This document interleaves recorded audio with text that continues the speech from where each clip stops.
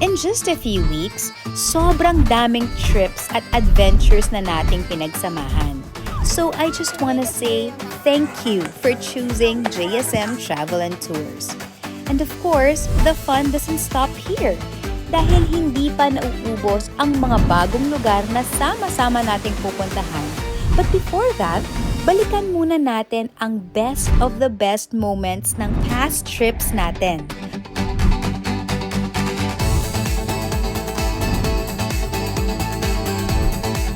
Welcome to JSM Travel and Tours Trip to Throwback Special.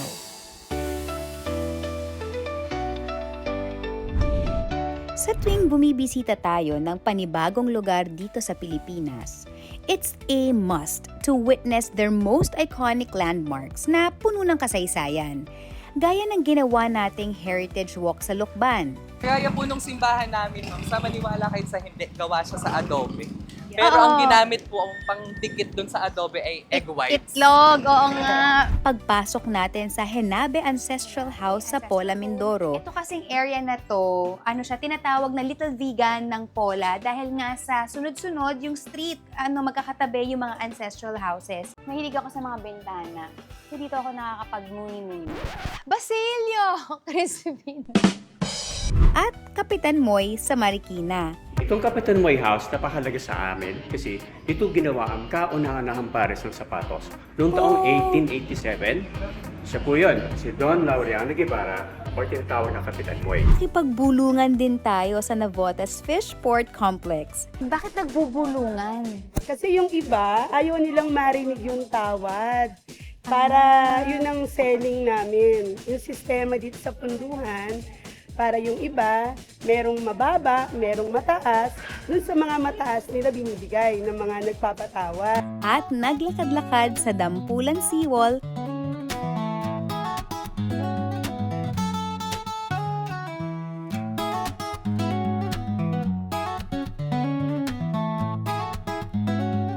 At Luzon Datum of 1911 sa Marinduque.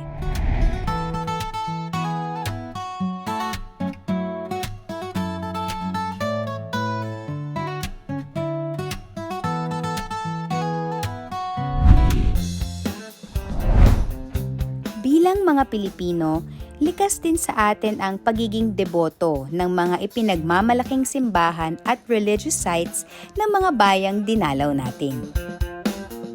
Ito po yung made of adobe and coral stones. And ang pinandikit po sa kanya ay egg whites. So ito yung pinakamahabang aisle sa buong Pilipinas daw po. Yan, yung nasa harapan po natin, regalo daw po yun ng mga Spanish at yung mga Talenyo. Saint Sebastian is our patron saint. Yes. At the age of 12, he decided to become a soldier. You know why? To protect his fellow Christians from renouncing their faith. Now we are very blessed because we have two relics here.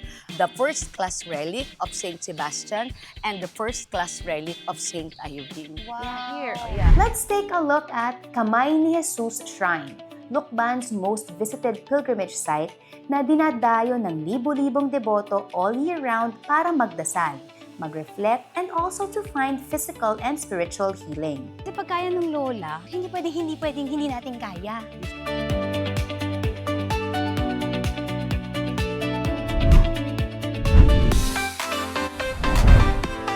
Ang Pilipinas, sikat sa buong mundo because of our beaches. Kaya naman dito sa JSM Travel and Tours, nako, hindi pwedeng hindi tayo magtampisaw sa naggagandahan nating mga dalampasigan. Una na dyan, ang mga pamosong beach ng Boracay Island. Sa tinanggal-tagal at ilang beses kong pumunta sa Boracay, ngayon lang ako nakarating sa grotto na dito mismo. Nakikita ko lang siya always from afar. Ang Tagumpay Beach ng Mindoro, Nagtagumpay sila dahil napakaganda ng Tagumpay Beach. So pag nandito kayo, kung mapapansin niyo, surrounded kayo ng lush na greens dito sa ating harapan. Strong ko, no? Kasi di ba pagka sa ating tutulungan, binibigyan na portion, so mapapasakin ng palsan.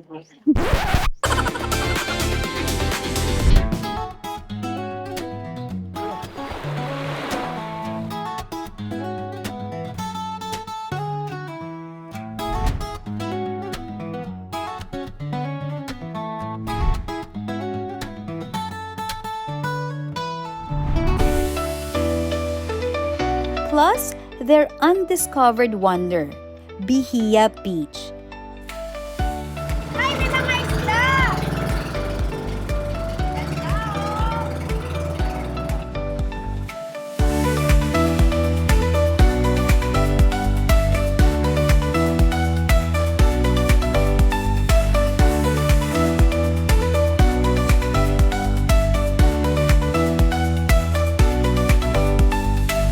And who can forget Marinduque's Poktoy White Beach? Sikat sa pino at puti nitong buhangin at malinis na dagat. May haba itong 1 kilometro at tila malayo pa sa pagiging over-commercialized. Talagang, hi, can we stay here forever? Whenever we travel, syempre hindi lang tayo puro fun. Dapat we also learn so we can better share to the world the beauty of the places we visit. Kaya naman laging pasok sa itinerary natin ang local museums ng ating past destinations. Museo ng Katipunan. Ayan. Ay, KKK!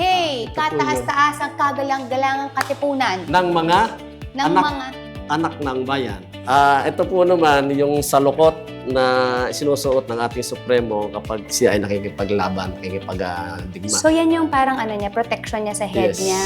Dito naman sa Marinduque branch ng ating National Museum, matatagpuan ang mga display sa loob ng isang Spanish-era building. Ilan sa mga exhibit na must-see dito ay ang Morion Art and History at ang Marinduque Shipwrecks Salvage Artifacts gaya ng iba't ibang ceramics at vases from ancient China. Lahat ito artwork ni Mr. Luis Akak, which is my dad.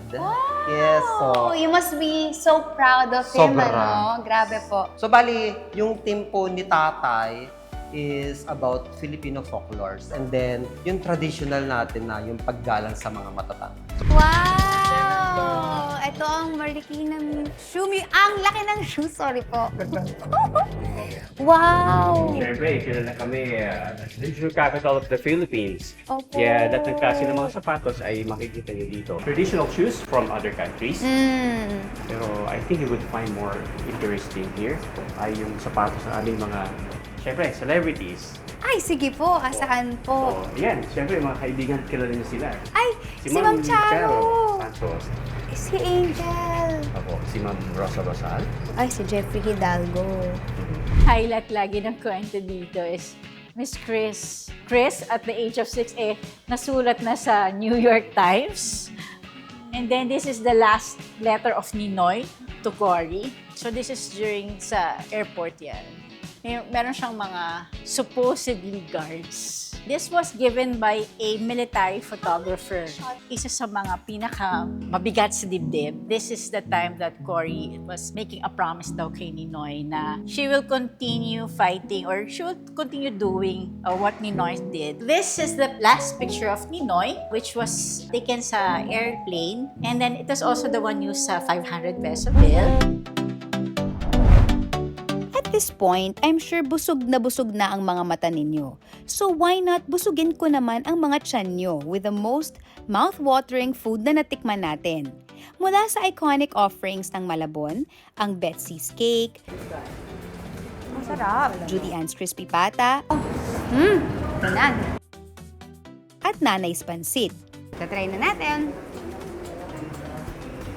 Sarap. Nandyan din ang kiniing o cured meat ng Nueva Vizcaya at mga ipinagmamalaking kainan ng Tarlac, ang kambing dishes ng Tatuns at fine dining experience sa Oliver's Kitchen.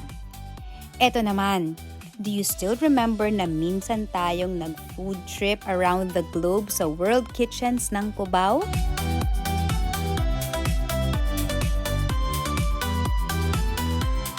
Plus, na-experience din natin ang amazing food culture ng Lukban, ang Tagayan, ang tamang pagkain ng pansit habhab, Ito yung hab-hab, yung way Traditional ng way pagkain. ng pagkain po ng pansit lukban. Kaya hahanapan mo lang ng pusit dun no? and their iconic longganisang lukban. JSM Travelers, quick countdown. Pasok ba sa listahan ninyo ang napili naming top 5 most unique Pinoy experiences natin? At number 5, Flower Garden sa Lukban. Number 4, Carabao Horns Products sa Nueva Vizcaya. Number 3, Balisong Training sa Taal. Yun. Parang action star ka dyan, kuya, yung pag-ano mo. Kuya, hold up to. Hindi na tayo niyan. Number 2, Beer Brewery sa Boracay. Ita-transfer naman namin siya sa fermentation tank. Ito na si Ito yung fermentation. Blonde ale. Okay. And at number 1, Tartanilla Road Trip sa Iligan. Mode of transportation pa rin siya. Per head, 10 pesos. Yung Tartanilla na to, iisa lang ang ruta. Noon, akala ko, acting lang ang kaya kong gawin.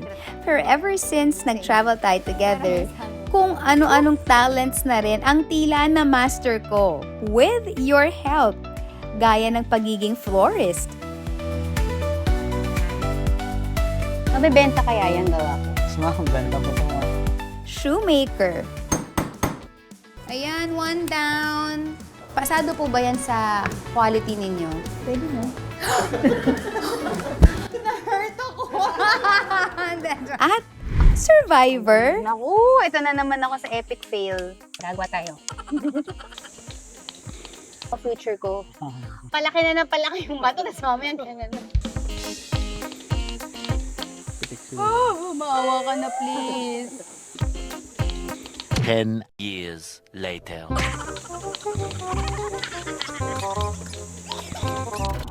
Yan! Nagkapoy na. Yun! Ingat yung kamay, mama. Mapaso may...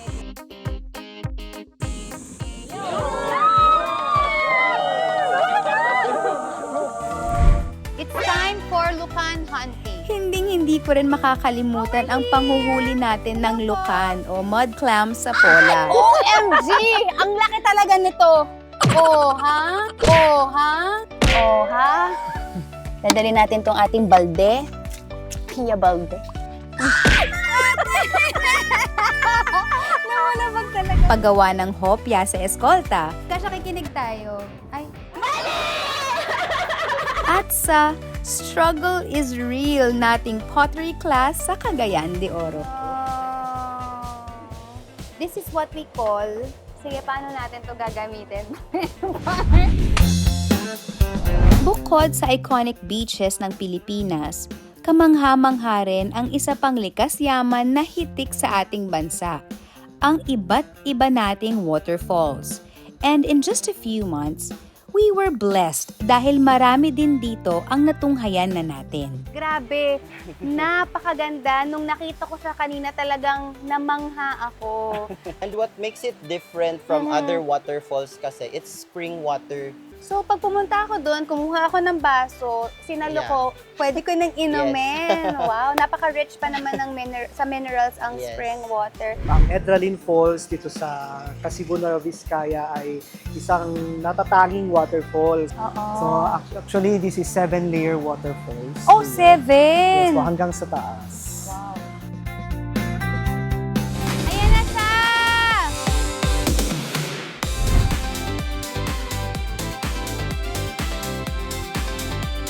At kung naririnig nyo, ayan na, rumaragasa, mapresko, malamig, dahil nandito na nga tayo sa ating first stopover, ang Hulugan Falls. Nakadipa sa Barangay San Salvador, ang Hulugan Falls ay may taas na 70 meters. Bahagi rin ito ng trio falls, including Talay Falls at Hidden Falls. Isa na namang napakagandang waterfalls ang na-discover natin dito sa Louisiana. Ito ang tinatawag na Dream Falls. Kung makikita ninyo, multi-tiered siya. Sobrang lapit, part siya ng resort kung saan tayo nag-iikot. And then, maraming amenities dito. Pwede kayong mag-swim, meron din silang mga iba't ibang pools, at meron din silang resting area kung saan pwede kayong chill lang, mag-relax, or talagang i-enjoy yung view nitong napakagandang waterfalls na to sa harap natin. So this is Tinago Falls. It's actually one of the 3 famous na waterfall to sa aming lugar, sa Iligan City. Kasi nga, it is hidden. The people are really curious what's there. Tara na tayo.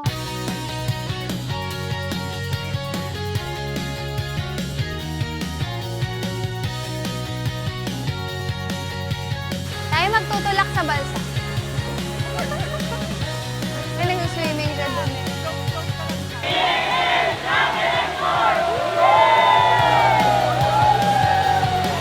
From our history books to your screens, heto na ang Maria Cristina Falls.